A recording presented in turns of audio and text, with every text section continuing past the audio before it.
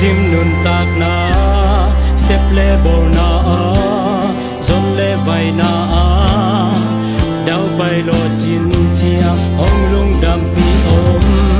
ong lang do zong ong ko ka lo zong dau bai lo jin chia